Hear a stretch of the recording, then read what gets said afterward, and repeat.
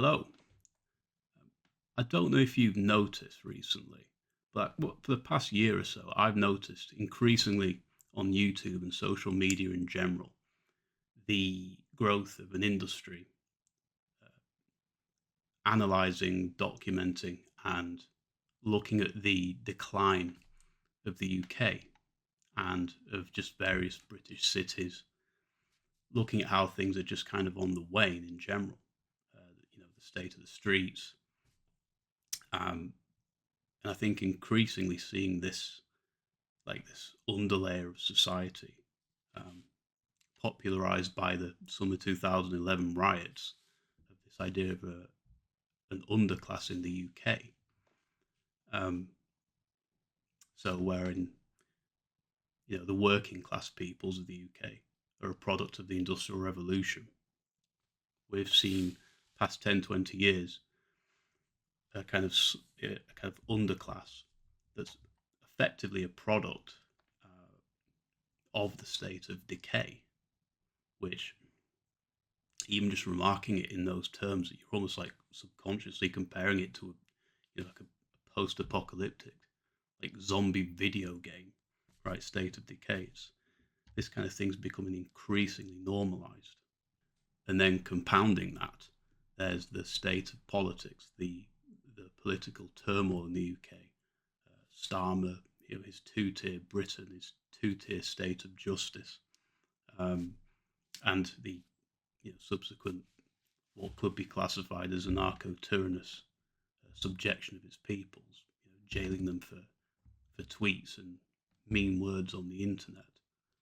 In particular, I see as a kind of substrand of this trend, uh, peoples on social media, again in the UK, making videos about leaving the UK and flying off to grasses, imagine greener on the other side somewhere. The question is where to? Traditionally, the English have always been a kind of typically freedom oriented, independent minded folk. Um, they have a kind of historically adventurous whimsy that manifesting and culminating in the creation and decline of the great British Empire and the Commonwealth and all the rest of it. But in recent years, uh, we've seen an upturning of these traditions. Um, Effectively, what is a politically catastrophic, like an entropic force with gravity kind of moving into them, crushing them down, and smashing them, forming this kind of underclass of peoples that have been effectively oppressed and pushed down by the system. Um, Along with that, a kind of ruthless quashing of dissidents and of objectors on both sides of the aisle, but particularly on the right, ostensibly. But along with that, you have this Pavlovian response to it.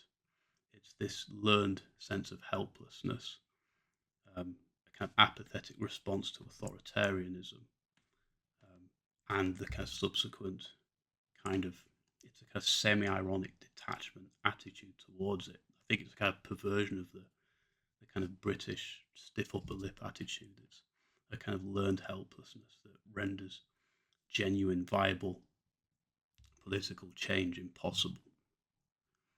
Um, think of it like cattle being kind of smilingly and willingly being put through a meat grinder and unalived.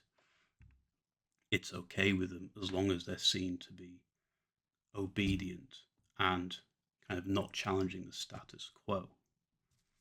It's almost like a kind of self censorship. And not surprisingly, some people, more and more people, especially with the popularization of social media, have noticed this, woke up to it, and unsurprisingly are revolting against it and asking, well, what do we do now? Is leaving the UK a viable option? And if so, where to? Again, going back to my original posit. Pragmatically, if you were looking at moving, I think probably my best answer would be somewhere like, this is perhaps a bit silly, but maybe like New Zealand. You have the kind of broader geopolitical map, which effectively protects it from, well, to an extent, from nuclear fallout. So you don't have to go through like a zombie apocalypse if, you know, mad breaks out. And it's not Australia, so you don't get all the big spiders. And you know, maybe it's a bit silly, but it's kind of like Lord of the Rings land. You get to live in like, instead of like a reinforced bunker, you could just live in hobbit holes, um, and it's a nice place. Political turmoil aside, over there, like it kind of is all over the Western world. It's somewhere that if you were going, it's probably, if you could get there, it'd be a nice place to live. Um, America represents a kind of zanier roller coaster of decline, perhaps, but preferable to the UK in that you've got the Second Amendment. So if, again, things do, shit hits the fan, you can protect yourself with the Second Amendment. So again, the zombie apocalypse would be more fun. The idea of forming a kind of militia that's baked into the cake, it's not seen as taboo as it is in the UK, which has a kind of unquestioning obedience to the state.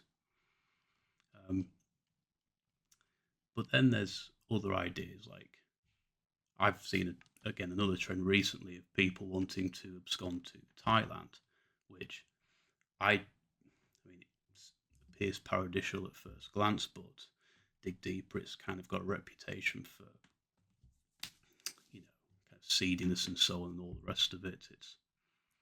And also it's, if you're European, it's not representative of your kind of kinfolk. So if things really do get bad, you especially want to kind of be around people who are, ethnically similar. You're going to, historically have more in common with them. It'd be less dangerous. So I think Thailand's a bit of a red herring, long term, that is.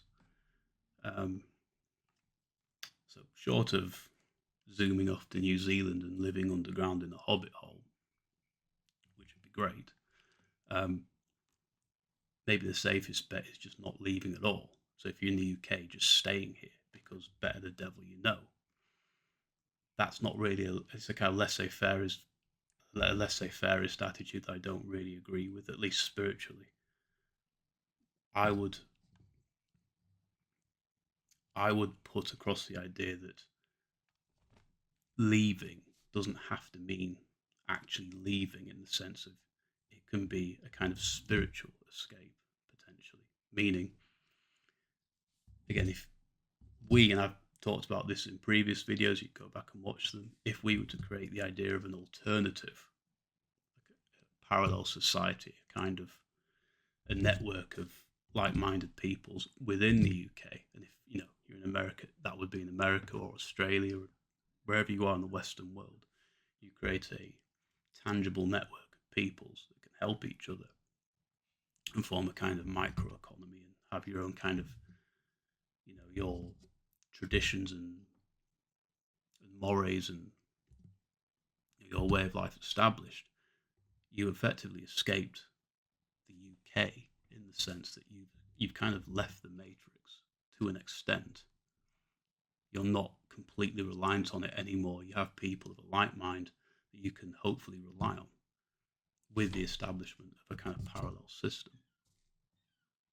So, in a way, you've left, but you haven't really left at all, if you see what I mean. Leaving doesn't mean physically leaving, it can be just leaving the system. So, again, just some food for thought. Thanks for listening, and I'll see you in the next video.